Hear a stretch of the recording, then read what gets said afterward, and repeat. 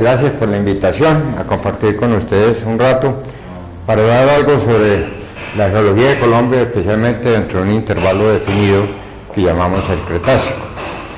Pero antes quiero hacer una breve presentación. Yo me llamo Humberto González, soy ingeniero geólogo y de petróleos con especialización en geoquímica, egresado de la Facultad de Minas de la Universidad Nacional en Medellín hace N años, no digamos cuántos, porque no hagan mucha cuenta. Y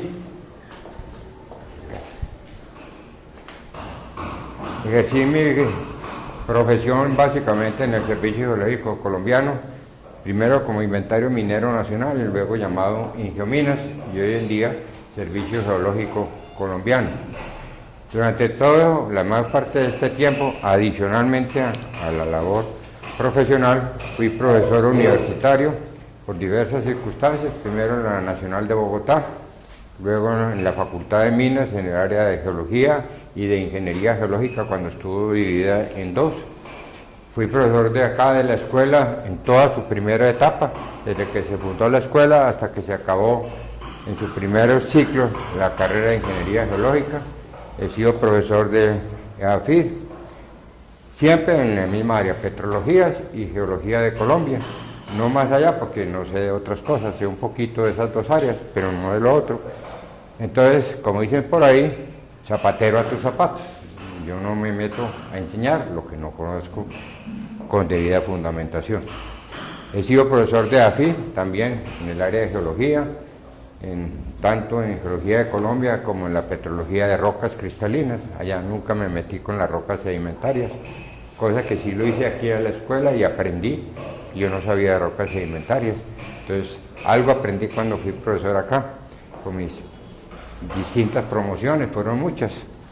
Y he sido profesor invitado de varias universidades en Colombia, en la Industrial de Santander, dicté un curso de geología regional en la Universidad de Caldas. Ahora voy la semana entrante a México a dictar una serie de charlas sobre la evolución del occidente colombiano. No me meto en el oriente porque no conozco el Cretácico sedimentario ni tengo la suficiente capacidad de analizar la bichología, entonces esa bichología es fundamental para entender las rocas sedimentarias, entonces vamos por partes. ¿Quieres que me hagas el que pase las diapositivas? Bueno, sí. Entonces, yo voy a hablar de un pedacito del tiempo dentro del contexto de lo que es la geología de Colombia. Cuando uno habla de la geología de una región específica, llámese A, B o C, muy pequeña o muy grande como el territorio nacional, no puede aislarlo de lo que está en los alrededores. La geología no tiene límites políticos. Las repúblicas, los países tienen unos límites que son arbitrarios. Bien o mal definido no es para analizarlo, pero hay unos límites geográficos. La geología no tiene límites geográficos. Y uno de los principales problemas que uno encuentra cuando trata de correlacionar todo, que pasa uno de una unidad en un país al país vecino, siendo continuos geográficamente esas unidades, y se cambia totalmente la nomenclatura. Lo mismo sucede en Colombia, no digamos que eso no sucede. Dentro del mismo territorio colombiano hay unidades que pasan de una región a otra con diferentes nombres, cosa que no debería ser, porque la geología es una ciencia básica, fundamental, que debe respetar unas normas dentro del lenguaje que utiliza. Lo mismo que hace la biología o la zoología, la geología debe respetar los nombres. Y eso es lo que se ha tratado de hacer en los últimos años con las comisiones de estratigrafía, la nomenclatura de las rocas ígneas que ustedes debieron haber visto, la nomenclatura de las rocas metamórficas, ya sigue unos parámetros universales, cosa que desafortunadamente todavía no sucede con las rocas sedimentarias. Las rocas sedimentarias son un caos. ¿Y por qué son un caos? Porque es un proceso de reciclaje. No le gusta mucho que yo diga eso a los sedimentólogos, pero ¿qué es una roca sedimentaria? Es destruir otra cosa que ya existía, llevarla a un botadero, a una cuenca sedimentaria, acumularla allá y convertirla en una roca, darle una forma diferente, pero algo existía antes de que se formara una roca sedimentaria. Entonces, ahí no se ha podido llegar a un acuerdo, cosa que sí se ha logrado en muchas otras áreas. En el caso de la estratigrafía, de la nomenclatura de los pisos, de los periodos, de las eras geológicas, ya hay uniformidad hay unos límites preestablecidos. Yo les voy a hablar de un solo pedacito de toda esa historia, que se llama el Cretácico. ¿Qué es el Cretácico? O terreno Cretácico.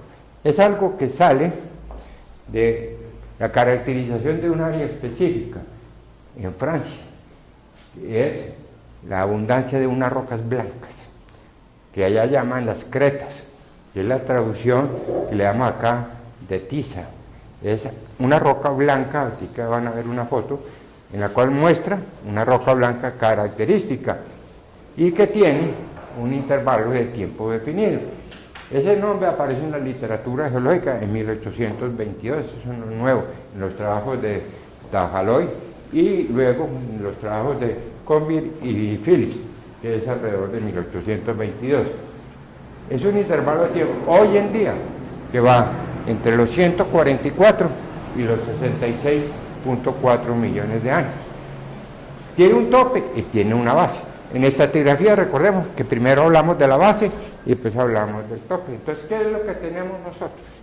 Tenemos una columna estratigráfica X, donde tengo una base, que es el Jurásico superior. El piso se llama el Titoniano. Y tengo un tope, que es el Paleógeno inferior. Aquí tengo 144 y aquí tengo 66.4 millones de años. Pero ese intervalo de cerca de 80 millones de años ha sido subdividido primero en dos grandes, que llamamos el K2 y el K1. El K1, Cretácico inferior, va más o menos hasta los 100 millones de años y los últimos 36 millones de años se llaman Cretácico superior, K2. Pero a su vez, cada uno de estos intervalos de tiempo ha sido subdividido en lo que llamamos los pisos del Cretácico. ¿Por qué tenemos que entrar en detalle sobre esto? Porque cuando hablemos sobre todo de la cordillera oriental, del Cretácico sedimentario que hay en Colombia, casi todo está basado en unas asignaciones de edades basadas en fósiles. Y los fósiles se asignan como edad absoluta en base a un intervalo de tiempo, no a un valor numérico único. Y es la diferencia entre edades relativas y edades absolutas. Las edades absolutas se dan en millones de años, las edades absolutas en sedimentología se dan en intervalos de tiempo, aptiano, albiano, auteribiano, etc. Y las edades relativas se determinan por posición estratigráfica. ¿Qué está arriba? ¿Qué está abajo? ¿Qué intruido o qué es intruido? Entonces tenemos dos tipos de edades. A través de lo que vamos a hablar, hablaremos de edades absolutas, que se determinan todas por métodos radiactivos, geocronología, y hablamos de edades paleontológicas. ¿Definidas en qué en base? A fósiles, especialmente en la zonificación del Cretácico en Colombia de tallo, que está basada en determinados tipos de amonites. Entonces tenemos los pisos. A mí me da mucha pena, pero se los tienen que aprender, ¿cierto? Y eso es muy fácil. Sí, este de acá es el de A, el damiano, y la base, el titoniano. Y después es muy fácil. Mire, dama, cama, con, tu, seno. Eso es muy fácil, hasta ahí, ¿cierto? Aquí me sobró una línea. Luego tenemos A, va,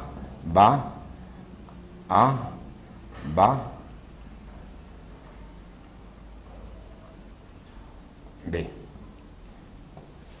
Si ustedes cogen las eléctricas, las ponen juntas, es muy fácil. Dame cama con tu seno, A, va, B. ¿Cierto? Y ahí se lo aprendieron. Ahora dirán, ¿qué quiere decir cada uno de estos? Este es el maestriano.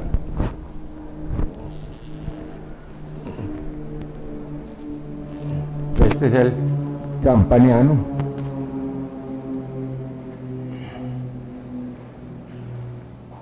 Este es el turconiesiano. Este es el turoniano. Este es el cenomaniano. Ya se lo aprendieron, ¿cierto? Bueno, Este es el Albiano. Recordemos que aquí está el límite de discordancia entre el Cretácico superior y el Cretácico inferior. El Albiano, el Aptiano, el Marquesiano, Auteriviano, el Balanginiano y el Berraciano.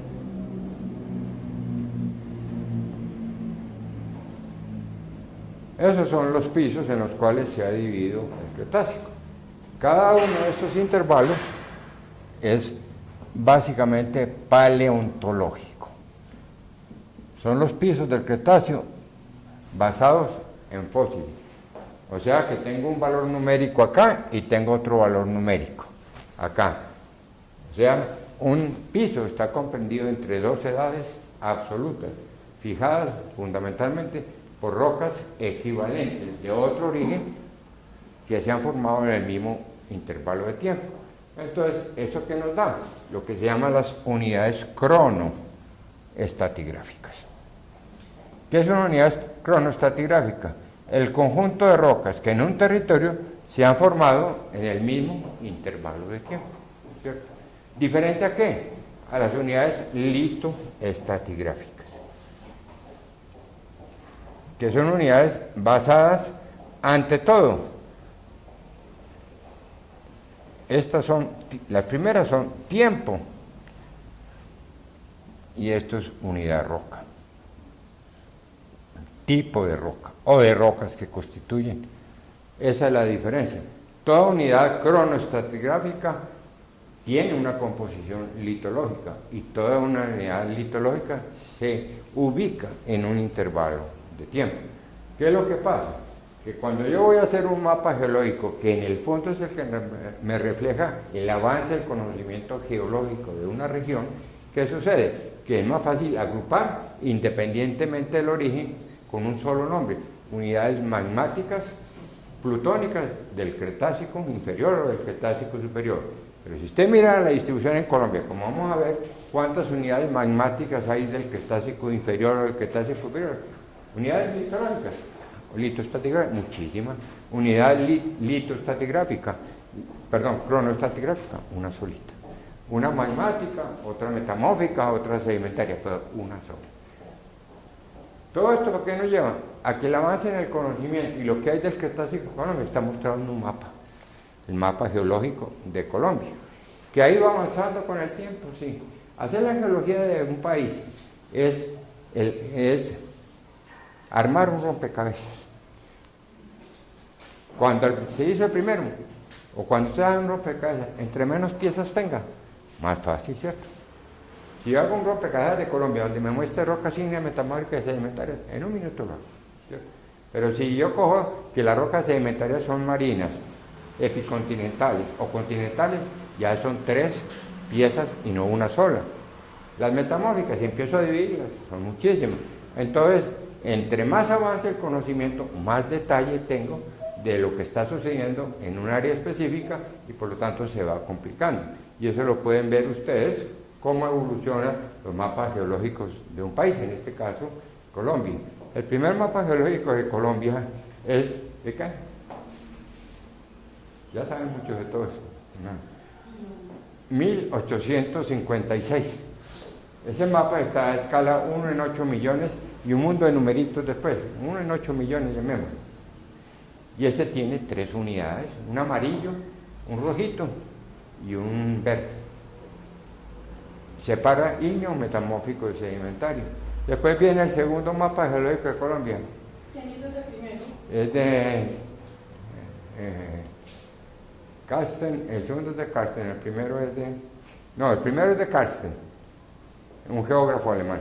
El segundo también es del mismo, pero ya con mayor conocimiento, después de que él hizo el corte de la cordillera oriental de Colombia.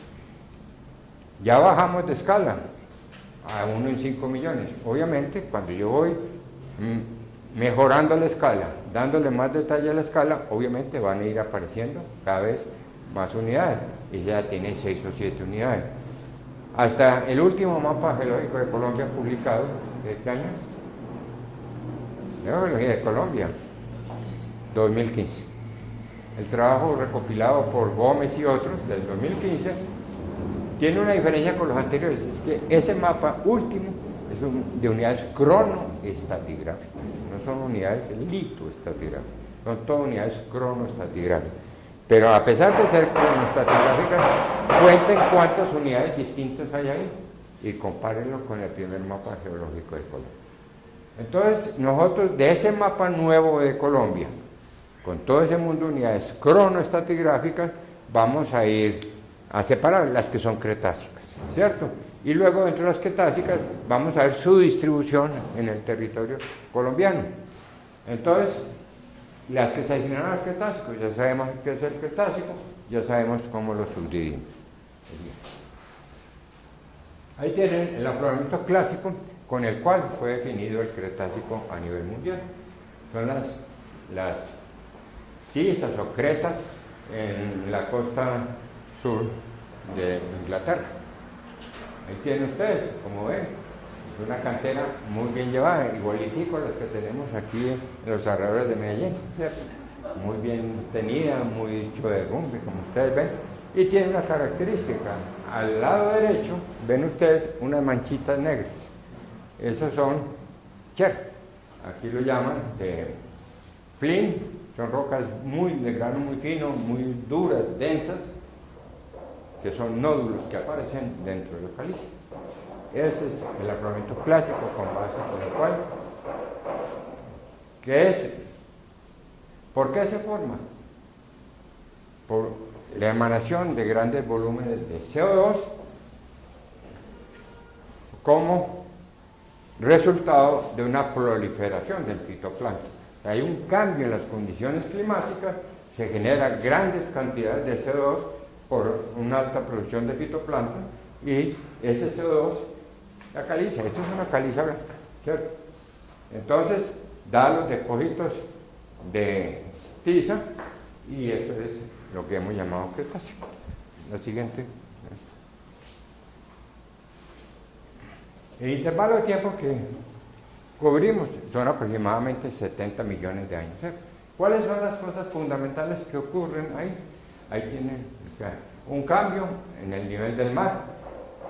Pasamos de unos mares fríos a unos mares más templados, con una mayor cantidad de agua.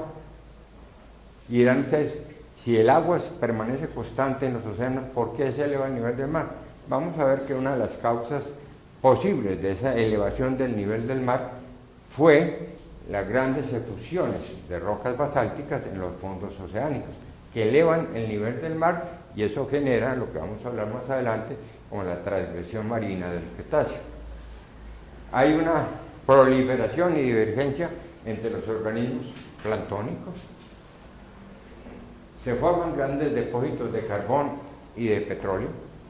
Tiene importancia económica. Si la geología no la miramos con algún objetivo social o económico, nos cierran las carreras, ¿cierto? Entonces hay que mirar qué fue lo importante. Los grandes depósitos de carbón y de petróleo e hidrocarburos. En la evolución de los océanos hay algo que es fundamental, la expansión del océano Atlántico. Se acaba un mar interno que se llamó el mar de Tetis. La placa de la India migra hacia el norte y finalmente hay una gran extinción, es la tercera gran extinción de fauna y flora que ocurre sobre la superficie terrestre. ¿Y dónde ocurre? Al final del Cretácico, entre el Cretácico y la base del Terciario, o sea, entre el Maastrichtiano y el Damiano. La siguiente. Desde el punto de vista paleogeográfico, ya antes, ¿y para qué me interesa a mí todo esto? Porque cuando yo hago un modelo geológico y tenemos en cuenta la evolución geológica de un terreno, les decía ahorita que no es independiente de lo que pase alrededor. Eso hay que enmarcarlo dentro de un contexto de la evolución de la Tierra como un todo. Entonces, lo primero, el gran evento tectónico es el rift, la separación de África y Sudamérica. Ese es uno de los grandes procesos que ocurren. Y la destrucción de cómo se llamaba la placa que unía América del Sur con África.